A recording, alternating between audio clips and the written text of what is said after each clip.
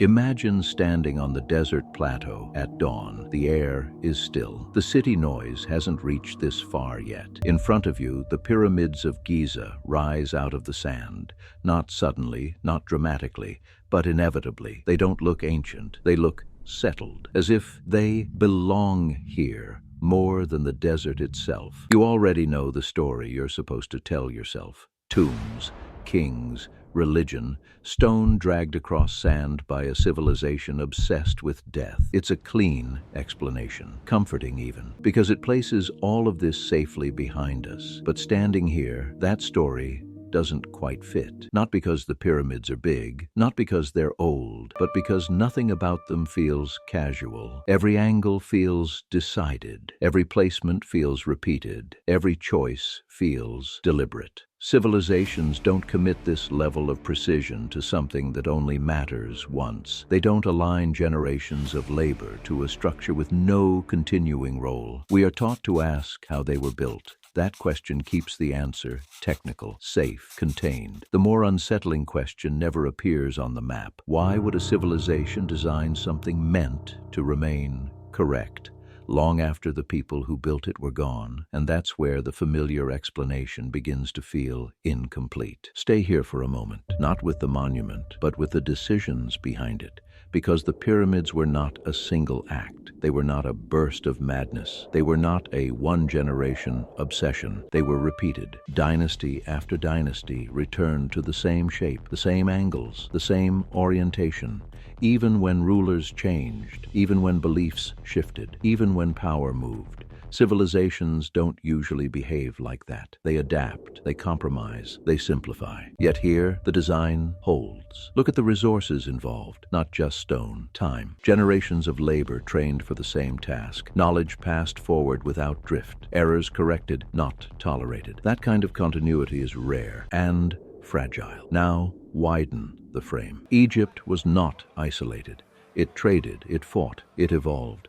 Yet the pyramids remain strangely insulated. Wars didn't interrupt them. Political instability didn't erase the plan. Even collapse didn't fully stop the pattern. The shape persisted longer than dynasties. That should feel odd, because infrastructure that survives chaos is usually built for necessity. Aqueducts, roads, irrigation, things people cannot afford to lose. But the pyramids do not move water. They do not grow food. They do not house populations. And still, they were protected, maintained, respected. Now, notice something else. Precision here isn't decorative. Alignments recur across sites. Measurements repeat within tolerances that matter. This isn't artistic variation. It's compliance. And compliance implies constraint. Someone or something cared deeply when those tolerances were broken. Enough to correct them, enough to enforce them. This wasn't blind tradition. Blind tradition drifts. This stayed sharp.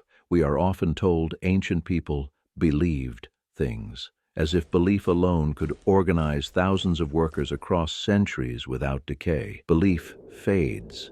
Systems don't, unless they stop being useful. And yet, there is no inscription explaining why the design must hold.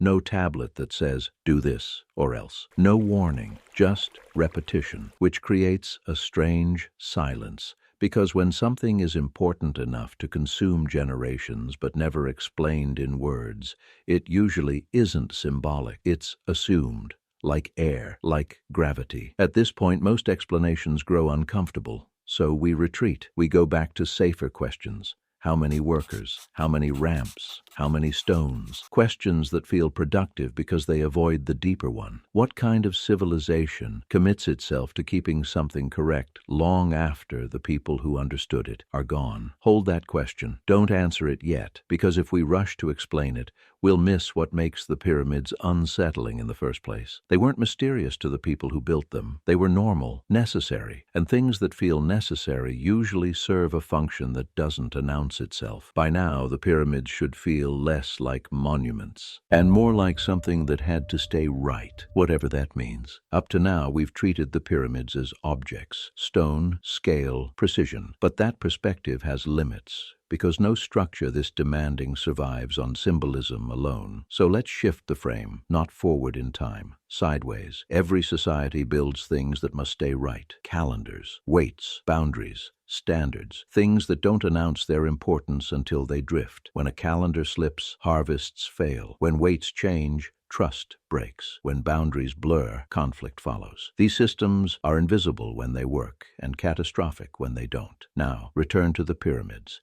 not as monuments, but as reference points. They don't move, they don't adjust, they don't evolve, they hold. Notice what they don't do. They don't respond to kings, they don't change with fashion, they don't reflect personality. They are stubborn, indifferent, almost procedural. This is where most explanations falter, because once you see that, the pyramids stop behaving like architecture and start behaving like standards. Not tools, not symbols, constraints. A constraint doesn't explain itself. It doesn't persuade. It doesn't argue. It simply exists, and everything else must align around it. Think about systems that work this way today. You don't negotiate with time zones. You don't vote on gravity. You don't debate the length of a meter. You inherit them. And once inherited, you organize your world around them. Now imagine a civilization without digital records, without redundancy, without abstraction.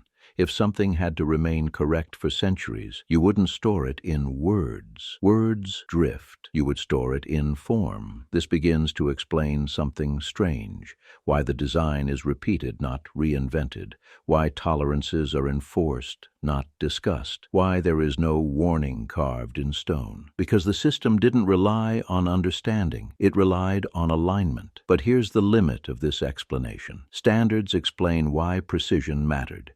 They do not explain what was being standardized, and that gap matters, because a reference point only exists in relation to something else: time, space, orientation, or something we no longer measure the same way. At this stage, we can say only this: the pyramids were not built to express belief. They were built to hold something steady. What that something was, we're not ready to name yet, because the moment we rush to label it, we flatten it into metaphor, and metaphors are safer than mechanisms. So pause here. Sit with the idea that the pyramids functioned less like messages and more like anchors, not explaining the world, but keeping part of it from drifting. That realization should feel incomplete, because it is. In the next step, we'll return to the beginning, not to add new facts, but to re-see the ones we already passed. And that's where the familiar story finally collapses. Let's return to something we passed earlier, not the pyramids themselves,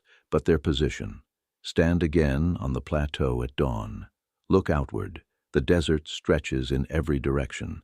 But the pyramids do something unusual. They do not simply occupy space. They lock into it. Their sides are not casually aligned. They are oriented with extraordinary consistency. North, south, east, west, not approximately, deliberately. This matters more than it first appears, because orientation is not decoration. Orientation is relationship. A relationship between the ground beneath your feet and the sky above your head. For most civilizations, this relationship changes. Calendars drift, star maps evolve, measurement systems shift. Over centuries, reference points slide quietly out of place. But a structure anchored in stone behaves differently. It does not adapt, it does not reinterpret, it simply remains, which creates a powerful effect. Every generation that comes after inherits the same alignment, the same reference, the same orientation between earth and sky, even if the people themselves forget why it mattered. And this begins to resolve the puzzle we noticed earlier. Why the shape repeats, why tolerances are enforced, why the design is preserved instead of improved. Because you don't improve a reference point, you maintain it. Think about something simple: longitude, latitude, the prime meridian. Once those lines exist, the world organizes around them. Ships navigate by them. Maps depend on them. Time itself begins to follow them. But imagine trying to preserve such a reference point in a civilization without satellites, without atomic clocks, without digital storage. You would need something that does not drift, something that does not forget, something large enough that generations cannot casually ignore it. Stone works well for that. Geometry works even better, but permanence is the real requirement.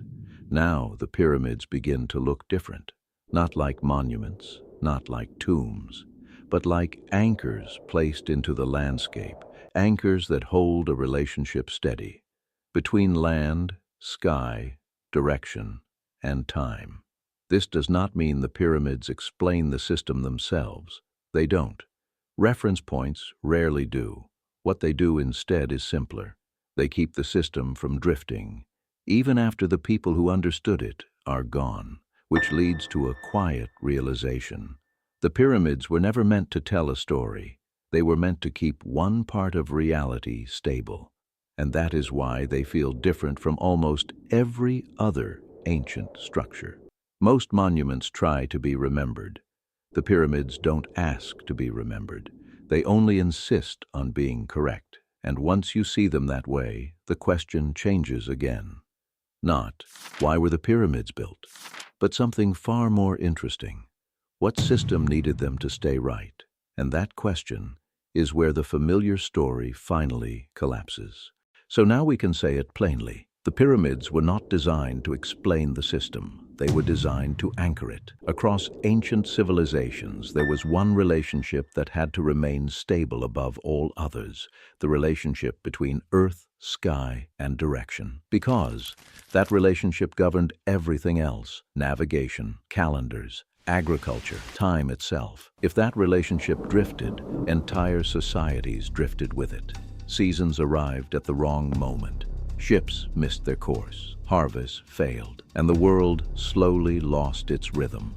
So civilizations built ways to hold that relationship steady. Some used observatories, some used temples. Egypt used something far more permanent. They used geometry in stone, structures large enough to survive dynasties, precise enough to remain aligned, and simple enough that future generations could maintain them even after the original knowledge faded.